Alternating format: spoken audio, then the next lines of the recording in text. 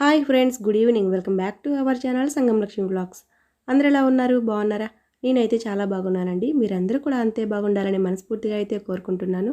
ఈరోజు మీ అందరితో పాటు మరొక వ్లాగ్ షేర్ చేసుకోవడానికి మీ ముందుకైతే వచ్చేసానండి. వీడియో ఎక్కడా స్కిప్ చేయకుండా మిస్ చేయకుండా చివరి వరకు చూసేయండి.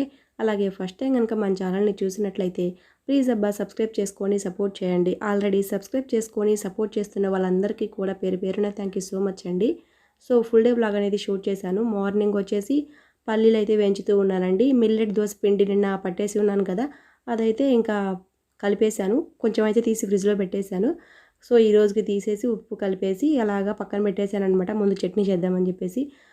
పచ్చిమిర్చి పేస్ట్ అయితే ఉందండి. నిన్న చట్నీ చేసినప్పుడు కొంచెం ఎక్కువగానే పట్టేసాము. ఇంకా మిక్సీ పట్టేయడం అనమాట పల్లీలు వేగగానే.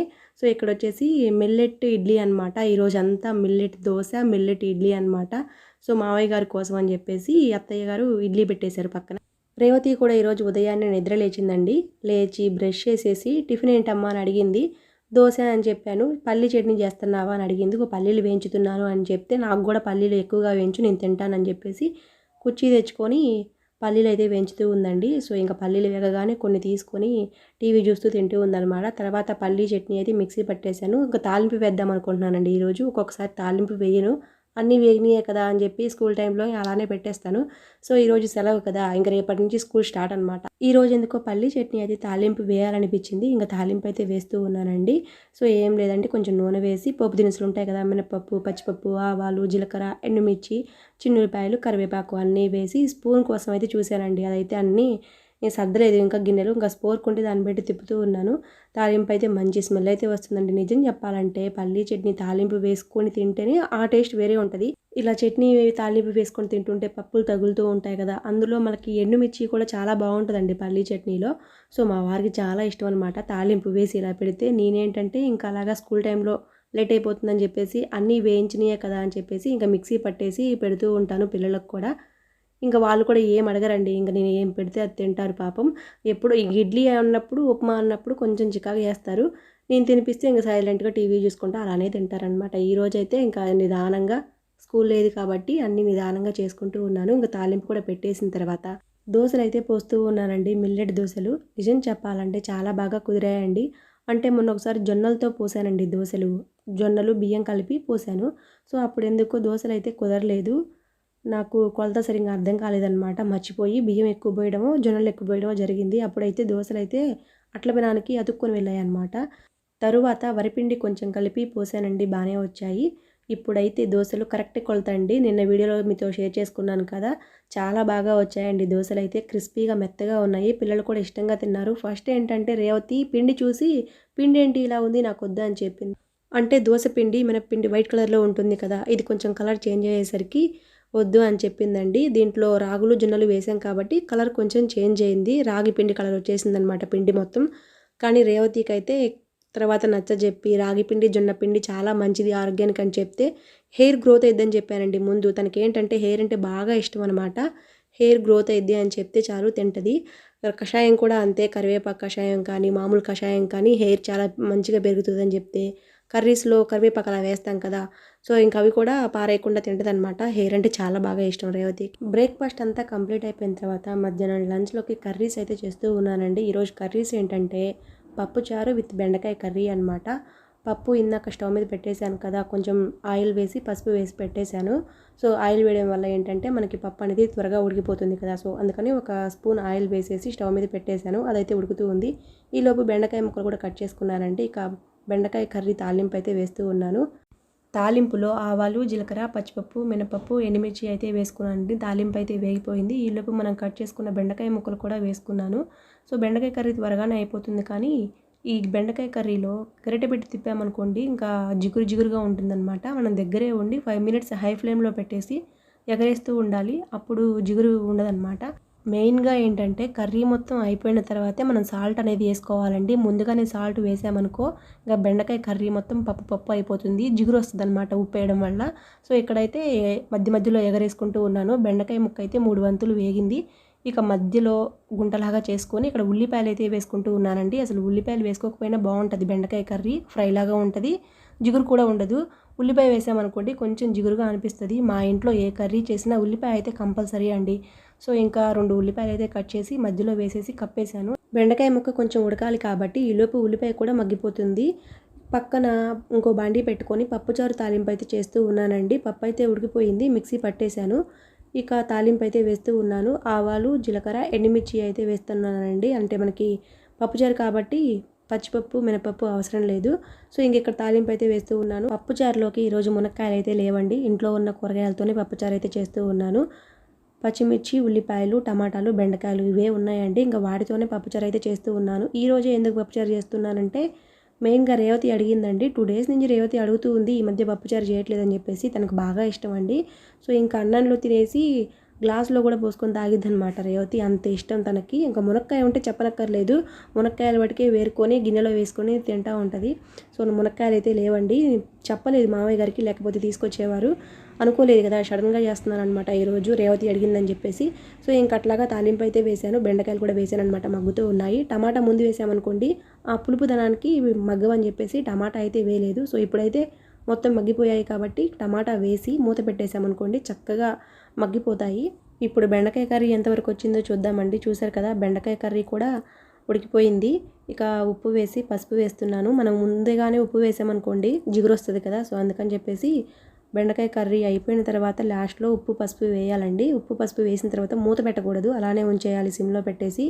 ఇప్పుడు దాకా మనం ఎగరేసాం కాబట్టి ఇప్పుడు ఉప్పు పసుపు ముక్కలకు పట్టాలి కాబట్టి గరిటెతో కలయబెట్టుకున్న తర్వాత వెల్లుల్లి కొంచెం, కరివేపాకు కొంచెం ఈ 2 మధ్యలో వేసేసి బెండకాయ ముక్కలు కప్పేయండి. మంచి స్మెల్ అయితే వస్తుందండి.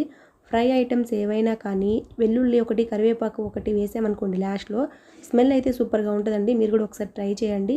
తాలింపులో వేసినా కానీ కొంచెం కచ్చా పచ్చాగా వెల్లుల్లి రెబ్బలు దంచేసి ఫైనల్గా వేసామనుకోండి ఫినిషింగ్లో చాలా బాగుంటుంది అనమాట. నేనైతే బెండకాయ కానీ దొండకాయ కానీ ఫ్రై చేసినప్పుడు ఇలాగ కరివేపాకు వెల్లుల్లి అయితే వేస్తానండి. స్మెల్ అయితే సూపర్గా ఉంటుంది. కర్రీ కూడా చాలా బాగుంటుంది.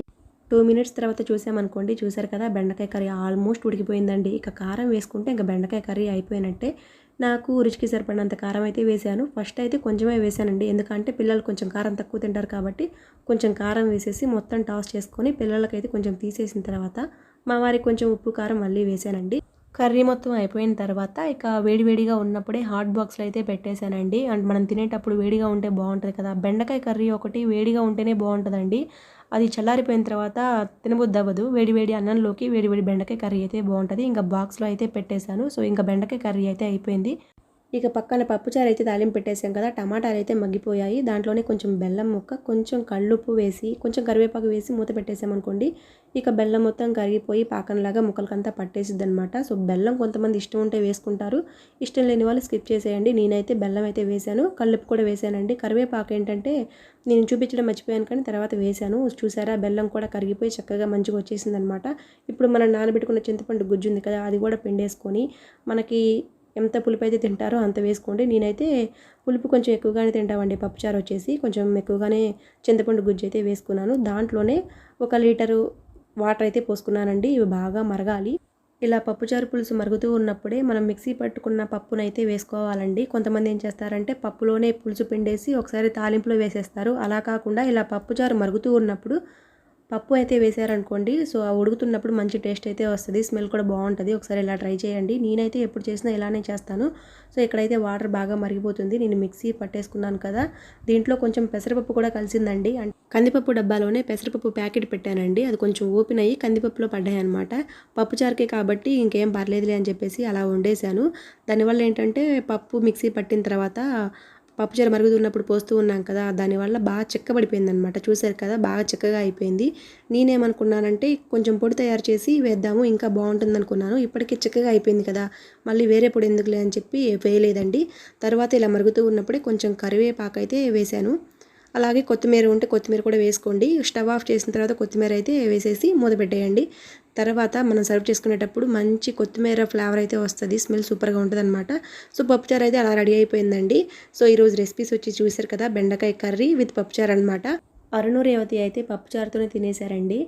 బెండకాయ వైపు చూడను కూడా చూడలేదు. ఎందుకు అంటే మనకి బాక్స్ కట్టేటప్పుడు బెండకాయ కర్రీ త్వరగా అయిపోతుందని చెప్పేసి లంచ్ బాక్స్లోకి బెండకాయ కర్రీ చేసేదాన్నండి. ఇంకా వాళ్ళకి బోర్ కొట్టేసింది అనమాట. ఈరోజు పప్పుచారు చేశాను కదా, నిన్న మామయ్య గారు గొట్టాలు తెచ్చారు కదా, గొట్టాలు వేయించాను. ఇంకా వాడితో పప్పుచారు అయితే తినేశారు. తరువాత మధ్యాహ్నం టైంలో స్నాక్స్ అయితే రెడీ చేస్తూ ఉన్నానండి. ఈరోజు ఇంట్లోనే ఉన్నారు కదా పిల్లలు, ఇంట్రెస్ట్‌గా తింటారని చెప్పేసి మా వారిని వచ్చేటప్పుడు మొక్కజొన్న గింజలు అయితే తీసుకురమ్మన్నారండి. 1 కేజీ మొక్కజొన్న గింజలు అయితే తీసుకొచ్చారు. కేజీ ₹100 1 కేజీ అయితే తీసుకొచ్చారు.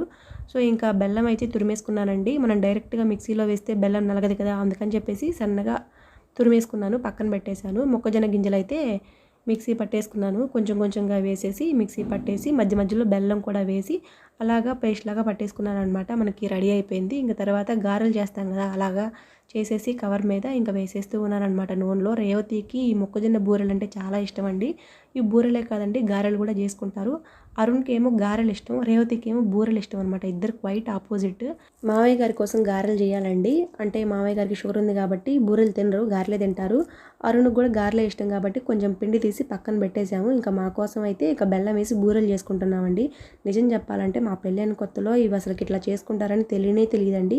ఇక్కడికి వచ్చాక మొక్కజొన్న కండలన్నీ ఒలిచేసి బెల్లం వేసి చేస్తుంటే నేను వింతగా చూసేదాన్ని. తర్వాత ఇంకా తినడం కూడా 1, 2 కన్నా ఎక్కువ తినేదాన్ని కాదు, అలవాట్లేదు కదా. 2 కన్నా ఎక్కువ తినేదాన్ని కాదండి. తర్వాత ఇక వీళ్ళు ఎక్కువగా మంత్లీ 2 టైమ్స్ 3 టైమ్స్ కూడా చేసుకుంటారండి. కేజీల లెక్క తెచ్చేసి, లేకపోతే మొక్కజొన్న కండ ₹10 చొప్పున తెచ్చేసి ఇంట్లో మా అత్తయ్య గారు టీవీ చూసుకుంటా ఒలుస్తారనమాట. నేను కూడా మా అత్తయ్యతో పాటు కూర్చొని ఒలిచేదాన్ని. అలాగా అలవాటైపోయింది. ఇంకా ఒలిచేసి మిక్సీ పట్టేసుకొని ఇలా చేస్తారు. గ్రైండర్లో వేసుకుంటే ఇంకా బాగుంటాయండి, ఇంకా బాగా పొంగుతాయి. ఇంకా స్మూత్నెస్ వస్తుంది అనమాట. గ్రైండర్ గురించి చెప్పనక్కర్లేదు కదా, ఏదైనా కానీ బాగుంటుంది గ్రైండర్లో. గ్రైండర్ అయితే పాడైపోయిందండి, ఇంకా మిక్సీయే పట్టేశానమాట. చూసారు కదా, ఇన్ని అయ్యాయి. అంటే ఇవి తీపివే. ఇంకా కారపు గారెలు ఉంటాయి కదా, అవి అయితే సపరేట్ పక్కన పెట్టేశాము. ఇవన్నీ ఆరిన తర్వాత ఒక డబ్బాలో పెట్టేసుకున్నాం అనుకోండి, మనకి 1 వీక్ వరకు కూడా బాగుంటాయి. మీడియం ఫ్లేమ్లో పెట్టుకొని ఎర్రగా వచ్చే వరకు కాల్చుకోవాలండి. సో అవైతే మనకి 10 డేస్ వరకు కూడా నిల్వ ఉంటాయి. ఇంక చూసారు కదా, డబ్బా అయితే రెడీగా పెట్టుకున్నాను. ఇవన్నీ ఆరిపోయిన తర్వాత ఇంకా డబ్బాలో పెట్టేసుకుంటే ఇంకా 3 డేస్ 4 డేస్ దాకా వస్తాయి అన్నమాట. నైట్ వచ్చేసి పప్పుచారులోకి వడియాలు అయితే వేయించుతూ ఉన్నానండి. అంటే మధ్యాహ్నం పప్పుచారు చేశాం కదా, అప్పుడైతే వడియాలు అయితే ఏమీ వేయించలేదండి. నిన్న గొట్టాలు కొన్ని ఉంటే అవే తినేశారనమాట. ఇంక ఇప్పుడు నలుచుకోవడానికి ఏం లేవు. పిల్లలు అయితే వడియాలు కావాలని చెప్పారు. సో నా కోసం అయితే మజ్జిగ మిరపకాయలు అయితే వేయించుకుంటూ ఉన్నాను. అరుణ్ అయితే మజ్జిగ మిరపకాయలు తినడండి, వాడికి గుమ్మడికాయ వడియాలంటే ఇష్టం అండి. సో అందుకని చెప్పేసి వాడి కోసం గుమ్మడికాయ వడియాలు, రేవతి కోసం పిండి వడియాలన్నమాట. ఒక్కొక్కరి కోసం ఒక్కొక్కటి అనమాట. మధ్యాహ్నం టైంలో అయితే ఇంకా గొట్టాలు ఉన్నాయి కదా, ఇంకేం అడగకుండా సైలెంట్గా తినేశారు. ఇప్పుడైతే ఏమైనా ఉంటేనే తింటామని మొండికేశారనమాట. సర్లే అని చెప్పేసి ఇక వేయించుతూ ఉన్నాను. ఇవన్నీ కూడా అమ్మే పంపించిందండి. వడియాలు సమ్మర్లో పెట్టేసింది కదా, నా కోసం ప్రతి ఇయర్ కూడా అమ్మ వడియాలు పెట్టిద్దండి. సో అవైతే మొన్న వచ్చేటప్పుడు తీసుకొచ్చింది అనమాట. 1 మంత్ బ్యాక్ వచ్చింది కదా అమ్మ, అప్పుడు వడియాలు, పిండి వడియాలు, గుమ్మడికాయ వడియాలు, మజ్జిగ మిరపకాయలు, ఈ 3 కూడా ఆ ప్యాకెట్ కట్టుకొని వచ్చేసింది.